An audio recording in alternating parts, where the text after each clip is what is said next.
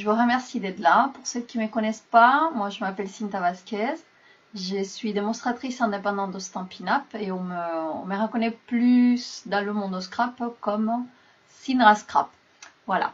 Donc aujourd'hui, j'ai décidé de faire un petit atelier en ligne, étant donné que le confinement oblige.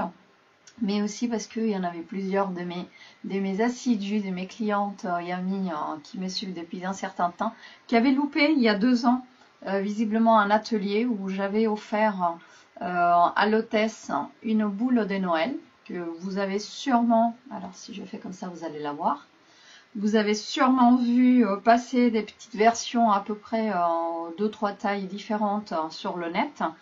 Et donc c'est un projet que j'ai déjà offert à une hôtesse il y a 2 ans, que j'ai proposé un tutoriel au niveau de mon blog et aussi en vidéo sur YouTube, mais que pas tout le monde avait à l'origine vu. Et donc aujourd'hui c'est la révisite de cette petite boule des Noël, puisqu'on a des papiers magnifiques au niveau du catalogue Stampin' Up. Merci Karine, enfin merci à toutes celles qui arrivent. Voilà, parfait. Donc je vous propose ces petites boules. En attendant de commencer tout de suite, ce que je vais faire, c'est partager avec vous l'image du tutoriel que vous pouvez retrouver sur mon blog. Donc voilà, je vous montre. C'est donc le tutoriel de l'époque. Vous voyez, il n'y a pas grande différence. Seulement à ces moments-là, j'avais fait une version avec des papiers paillettes scintillants qui étaient dans le catalogue. Il y avait 3 couleurs différentes. Il y avait rouge, vert et orange, si ma mémoire est bonne. Et donc, on a eu le plaisir de réaliser, pas avec tous mes groupes scrap cet atelier, mais avec un des groupes scrap session, on l'avait fait. Et avec l'autre groupe, c'est l'hôtesse qui a reçu un cadeau. Et puis, juste la petite anecdote, j'avais offert cette petite boule, mais je l'avais aussi offerte accompagnée de sa boîte adaptée. Et donc, je vous montre également l'image de la boîte qui va avec. Voilà, donc j'ai caché celle-ci. Donc c'est la petite boîte hexagonale qui cachait la petite boule à l'intérieur et que vous pouvez également retrouver donc le tutoriel au niveau des monts. Donc aujourd'hui, la révisite va se faire avec les magnifiques papiers métallisés vert et rouge que je ne sais pas si vous avez aperçu au niveau du catalogue du mini automne-hiver, mais on a diversifié pas mal les papiers. En plus des papiers à motifs, des papiers spéciaux, que j'appelle les spéciaux.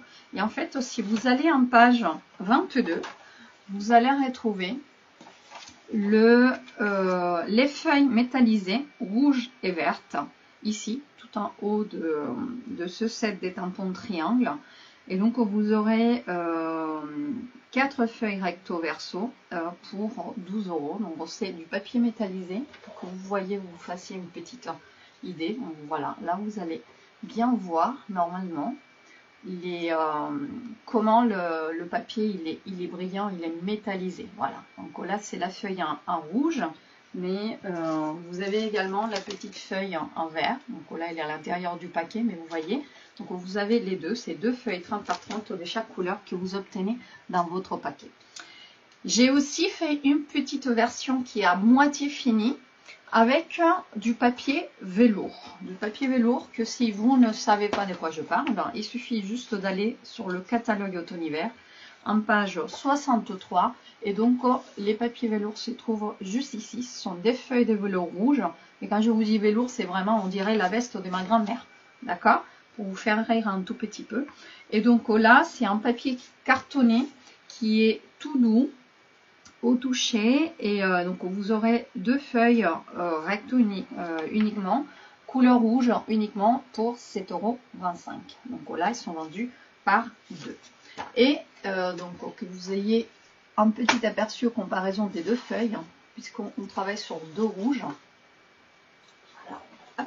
Vous voyez le papier métallisé et le papier velours qui est complètement mat par rapport à l'autre, mais qui en effet il a un petit toucher velours, un petit poil tout court qui est tout doux et qui fait qu'on a envie de toucher.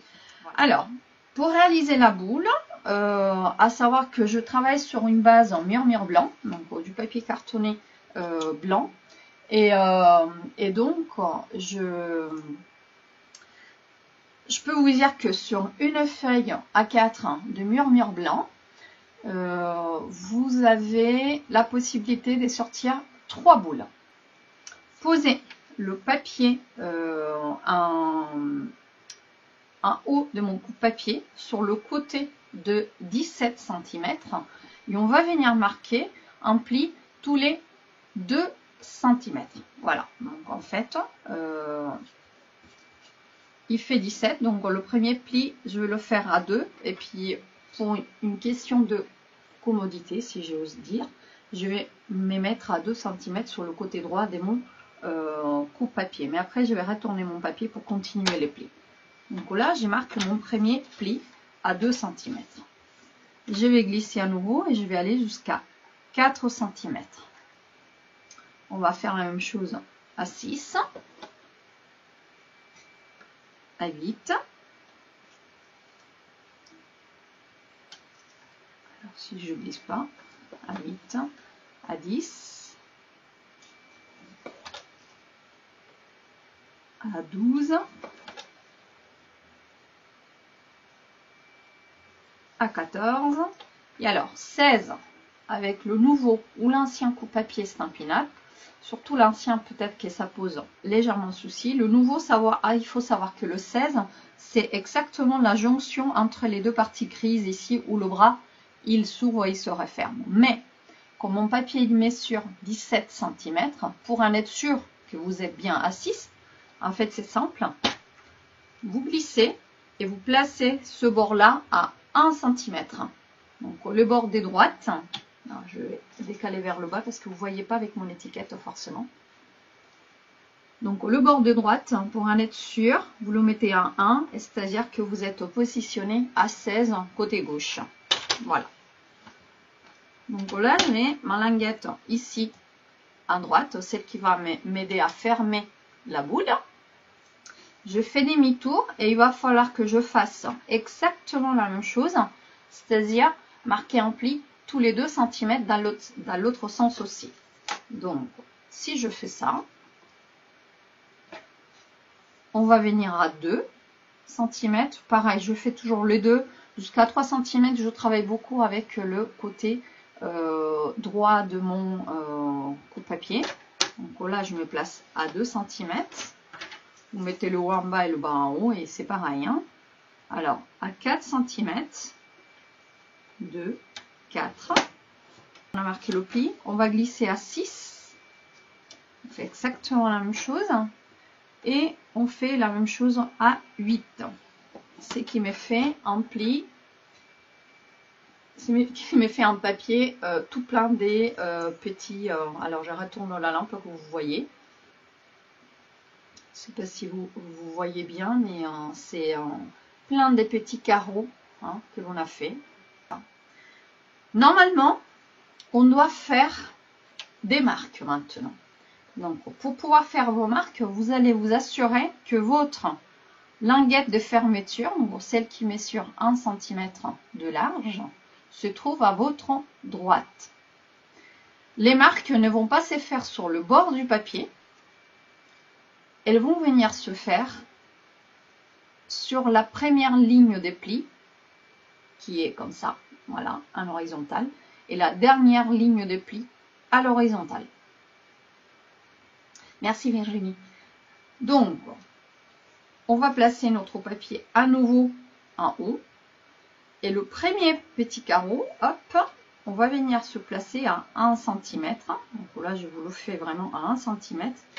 Et, bon, allez, je vous présente l'outil touche à tout parce qu'il va nous être très très utile aujourd'hui. Donc, vous savez, l'outil touche à tout, c'est celui qui a une pointe un peu gommée pour m'aider à rattraper les séquins et les petits objets. Et il y a un bout qui est interchangeable. Donc il y a le petit pic, on va l'utiliser peut-être tout à l'heure pour trouer et faire passer notre ficelle. Si vous détachez, de l'autre côté, vous avez une petite spatule. Voilà. Mais si on enlève ceci, l'outil touche à tout vient aussi avec deux têtes de stylet. Donc une toute mince et une autre un petit peu plus grosse. Alors moi, je vais utiliser la petite touche, la petite boule de stylet. Et donc, pour ne pas avoir à fermer et ouvrir, ce que je vais faire, c'est je vais me passer de mon bras de coupe papier et je vais placer à 1 cm et en suivant la ligne où la lame elle glisse, je viens marquer ici, hop, un petit point. Et pareil ici en bas. Voilà. Je ne fais que marquer des petits points. Je m'approche pour que vous voyez. Est-ce que ça se voit? Alors, 2 secondes, je change d'écran. Je ne sais pas si vous arrivez à voir, puisque le papier est blanc. C'est juste ici. Voilà, vous voyez? Donc, il y a une petite boule. J'ai à peu près enfoncé là, à 1 cm ici et à 1 cm là. Vous voyez? Ok, donc on va continuer. On a fait ça à 1 cm. On va glisser notre papier cette fois-ci à 5 cm. Voilà, donc à 5 cm, on va faire exactement la même chose. Vous prenez votre petit stylet, vous venez au niveau, vous glissez, hein, et puis hop, vous faites la petite marque là, et pareil ici, vous faites la petite marque là. On va glisser à nouveau, cette fois-ci on va aller à 9 cm, et on fait notre petite marque, et ici on fait notre petite marque. Voilà. Et la dernière, on va la faire à 13 cm. Voilà. Donc là, je fais une marque et une autre marque. Vous prenez votre règle. Voilà. Donc une règle, votre stylet. Et maintenant, le jeu va être de toujours pas la première ligne des carreaux ni la dernière, mais plutôt la deuxième et la troisième. On va devoir faire une ligne de pli qui joint la marque que nous venons de faire avec le bord de la ligne qui suit le pli. Alors, je fais comme ceci, comme ça vous allez. Le but étant de mettre à l'intérieur de mon carré. Je ne sais pas si vous arriverez à bien voir. Donc sur le premier, on ne fait rien. C'est sur le deuxième, il faut que je dessine un triangle. À partir, donc le vertice haut sera mon point où j'ai fait ma marque. Et ensuite, il faut que ma base, c'est la ligne de pli. Donc il faut que je fasse mes deux autres latéraux des triangles à partir de là et les coins où il y a les lignes de pli qui se croisent. Donc ici, forcément, c'est le bord de mon papier. Mais ici, il faut que je vienne chercher les croisements de mes lignes de pli. Donc, à l'aide de ma règle de mon stylet, vous vous placez comme ceci. Vous venez chercher, alors là, vous allez peut-être voir ma tête apparaître. Vous venez chercher le croisement des lignes et vous faites en sorte de bien marquer vos plis. Vous devez obtenir un triangle.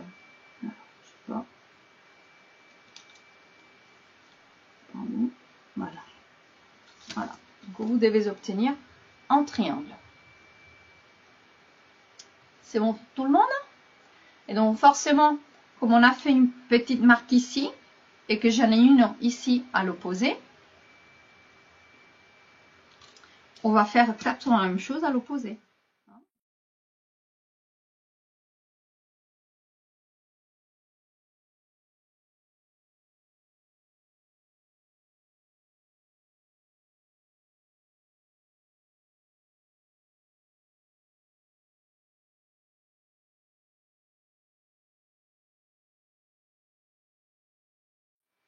Alors, ce que l'on va faire pour vous aider au niveau de l'assemblage tout à l'heure, c'est que au niveau des malinguettes, donc celle qui va me servir à coller après, je vais aussi faire un petit pli ici. Parce qu'après, quand je vais joindre les deux jonctions, ça va être plus simple de travailler le tout. D'accord? Donc là, c'est mon point de repère, c'est le haut de la ligne ici. Et je m'arrête au croisement, comme d'hab. Voilà, pour faire. Voilà. Et pour l'autre, de l'autre côté, c'est l'envers.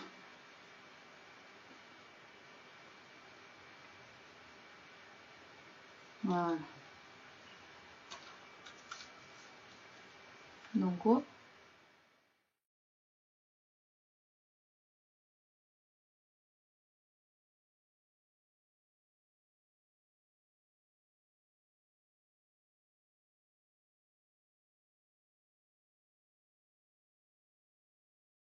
Voilà, ça y est. Donc, j'ai marqué tous mes plis. Et je vous disais ici, au niveau de ma languette, là, j'ai marqué, mais je n'ai pas passé mon plioir sur la petite languette. J'ai pris du premier carré, hop, et je suis allée jusqu'à l'autre bout du papier. Voilà. Ensuite, qu'est-ce que l'on va faire maintenant? Vous avez un visuel, un petit repérage. C'est là où on a marqué des triangles complets. C'est là où on va devoir enlever le petit carré du haut. On va devoir vider là où on a des triangles. Donc en fait, ça n'est facile. Si vous prenez votre languette, alors je vais travailler comme ça va être plus simple pour couper pour moi. Je vais mettre ma languette à gauche. D'accord? Ma languette, la petite languette des fermetures, je vais la mettre à ma gauche. Pour toi, Nathalie, tu la mets à droite, puisque tu es gauchère. Voilà. Et donc, dans ces cas-là, maintenant, ce que vous allez faire, c'est ôter le premier, avec des ciseaux, bien entendu. N'oubliez pas de les prendre. Vous prenez vos ciseaux. Et on va ôter le premier carré, le troisième, le cinquième, le septième et la petite languette tout à gauche. Voilà. Donc, vous allez voir qu'en fait, ce sont les carrés qui coïncident sur là où on a fait un triangle. Donc,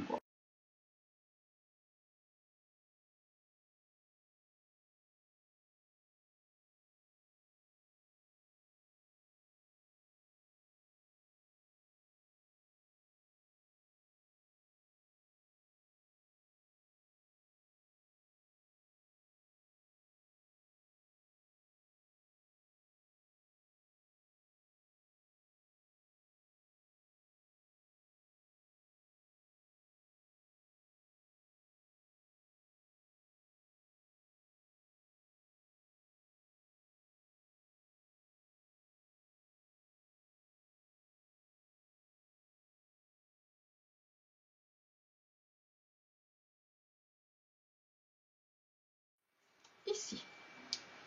Voilà.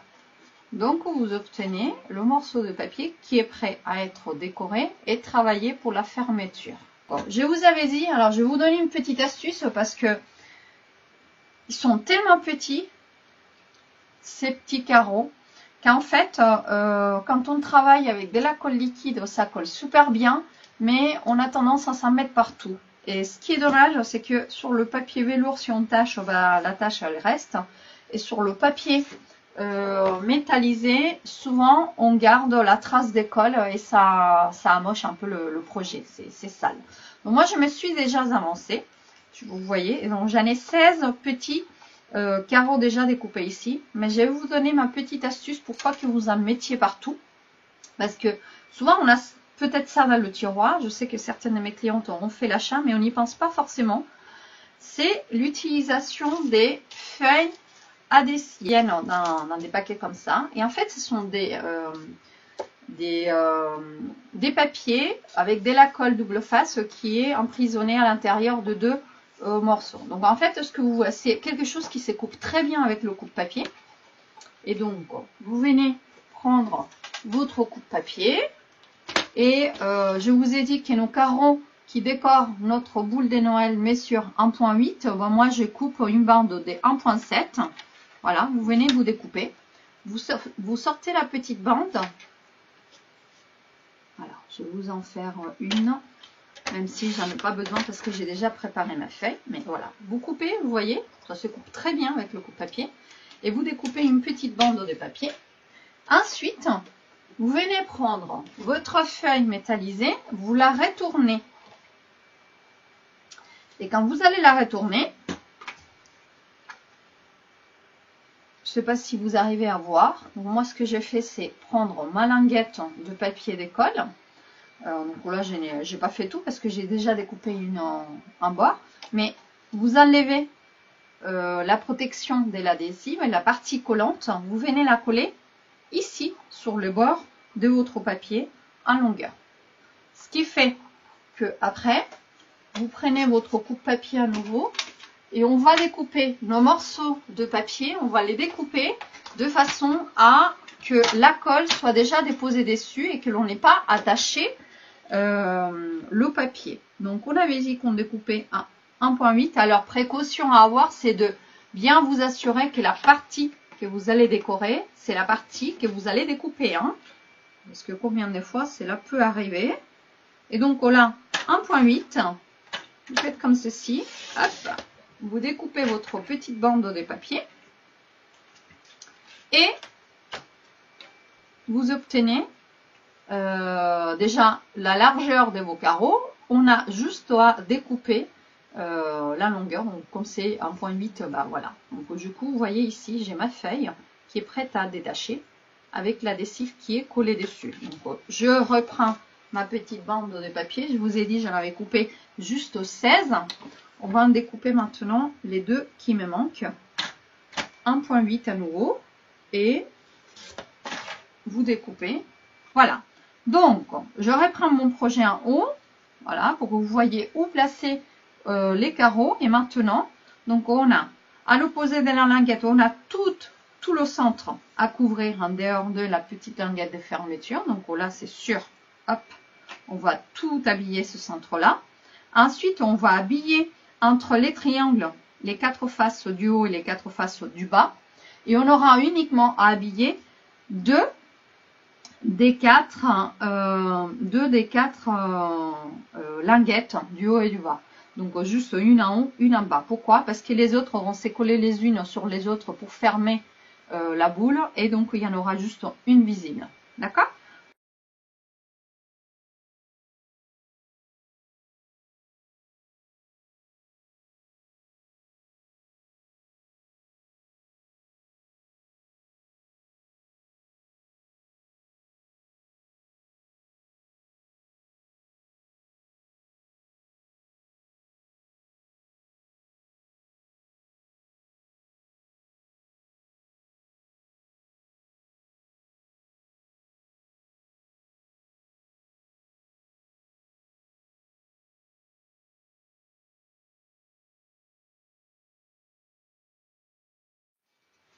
Voilà. Donc ceci fait. On va poursuivre et on va poursuivre avec quelques petites messures. Comme vous voyez, il y a un morceau de, ça soit le haut ou que ça soit le bas, il y a une ligne, on va devoir percer. Ah oui, t'es concentrée Nathalie, ah oui, je peux comprendre. Il va falloir percer le milieu pour faire passer notre ficelle. Alors on va retourner et travailler de l'autre côté. Je vais utiliser un petit crayon, je vais reprendre ma règle et en fait sur ces quatre morceaux, ce que l'on va faire c'est venir chercher le centre de mon carré. Donc je vais faire un trou. Alors on travaille stylo ou crayon, peu importe, mais à l'arrière des boules, hein, tout simplement parce que comme ça on ne verra pas.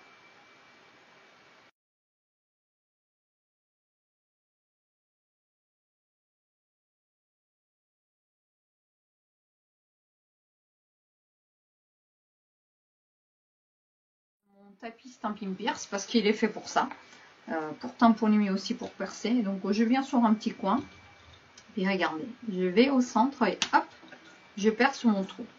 Si vous avez le petit outil comme ça, faites-le. Si vous avez La perforatrice à main qui, je crois, n'est plus au catalogue, mais parce que vous l'avez d'avant, je la trouve tout à fait pratique aussi. Donc en fait, on vient chercher le centre et hop, faire le petit trou. Voilà. Et encore le dernier. J'ai fait mes 4 petits trous. Ça, c'est très important. Donc vous avez vu les plis. Alors, au niveau des plis, c'est le triangle qui doit être enfoncé. Donc je vais venir avec mes doigts travailler pour sortir le pli.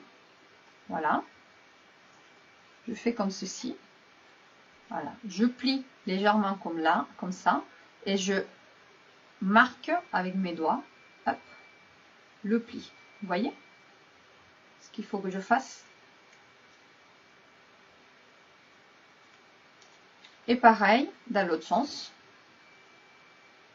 Donc vous repliez un petit peu ici, hop, et vous venez poser le triangle habillé par-dessus le pli marqué du triangle. Comme ça, vous obtenez, il faut très bien marquer ces 2 plis, hein, ces plis-là, parce que c'est ce qui va ce qui va faire que notre haut et bas de la boîte va bien se refermer. Si on a du mal à travailler, c'est parce qu'on n'a pas bien plié. Donc ceci fait, je viens lever mon double face et je vais refermer. Regardez, je fais comme ceci, je plie et je vais refermer comme ceci mon projet. Normalement, il est censé de se replier sur soi, hein, puisqu'on a fait des messures complètement carrées. Je dois être capable de le poser à plat. Alors, voilà. Donc, vous imaginez bien que là où on a fait les trous, c'est le haut de notre projet. On va donc s'occuper du bas. À savoir qu'au niveau du bas, le carré qui a le papier décoré est celui qui se colle en dernier.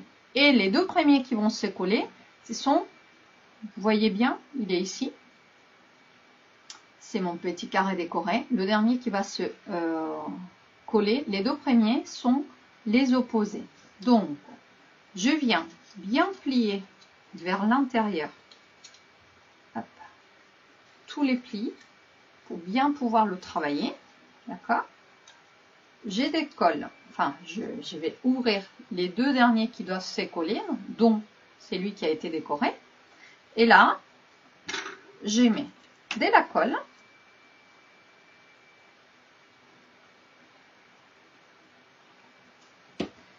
Et je vais venir utiliser ce carré opposé pour le aligner parfaitement sur le carré suivant. Donc là, vous voyez, j'aligne l'un par-dessus l'autre. Là, à ce point, à ce stade, on a collé les 2 linguettes qui sont parallèles, dont celles qui n'avaient pas de décoration. On va faire exactement la même chose. Ici, il va falloir déposer de la colle. Et on va devoir travailler au niveau des plis. D'accord? Donc là, il y a celui que l'on a bien marqué. Alors, j'aurais dû le marquer avant. Donc, l'importance d'avoir bien marqué le pli. Et là,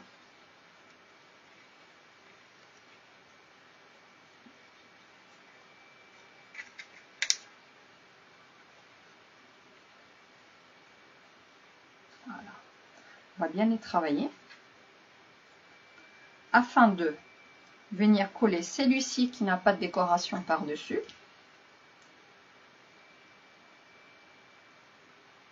Vous voyez? Voilà.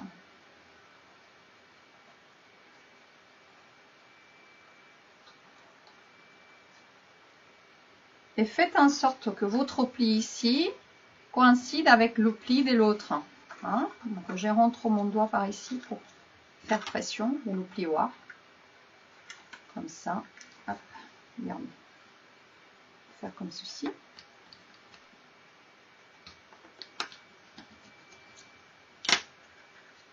Maintenant, le dernier à coller, c'est celui qui a la décoration, le papier décoré. Hop. Vous mettez de la colle et on va travailler le tout pour faire coïncider le pli et venir refermer l'ensemble. Voilà.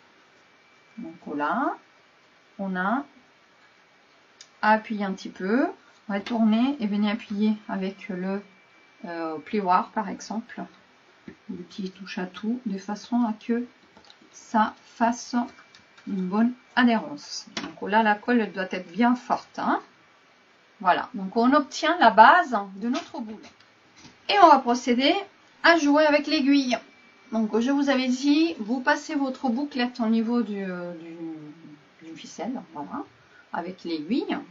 Et on va travailler de la même manière. C'est-à-dire, le dernier à devoir fermer, c'est celui avec la décoration. Donc, les deux autres, donc ce sont ces deux-là. Je vais juste bien m'assurer que ici, au niveau de ce pli, j'ai bien travaillé le pli, là où j'ai fait la jonction.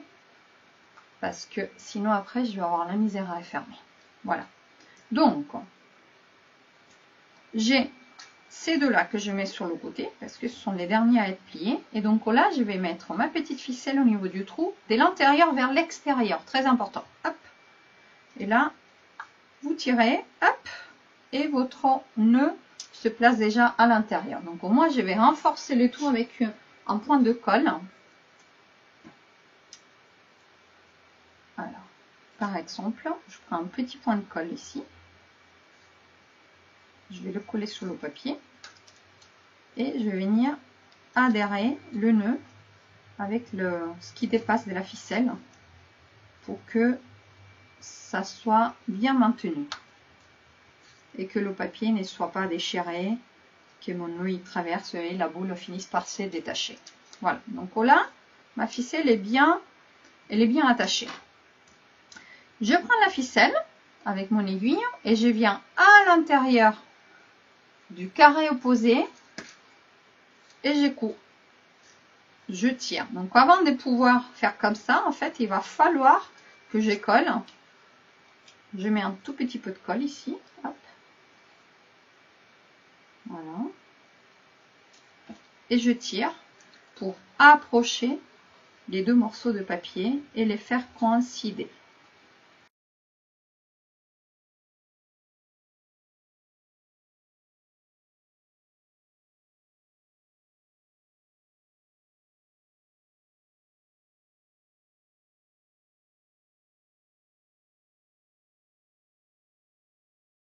Une fois ceci fait, en fait, votre projet sera fini. Voilà, vous appuyez. Vous voyez, la boule, elle est construite. Vous n'avez que, si vous le souhaitez, comme moi je fais ici, décorer avec quelques petites déco-créations. En tout cas, moi, j'étais ravie d'être là pour vous faire découvrir ces petites boules de Noël. Certaines parmi vous ne la connaissaient pas, malgré que j'avais déjà publié il y a 2 ans. Donc voilà, c'est pour ça que je disais c'est une boule, une révisite, atelier révisite de la boule de Noël.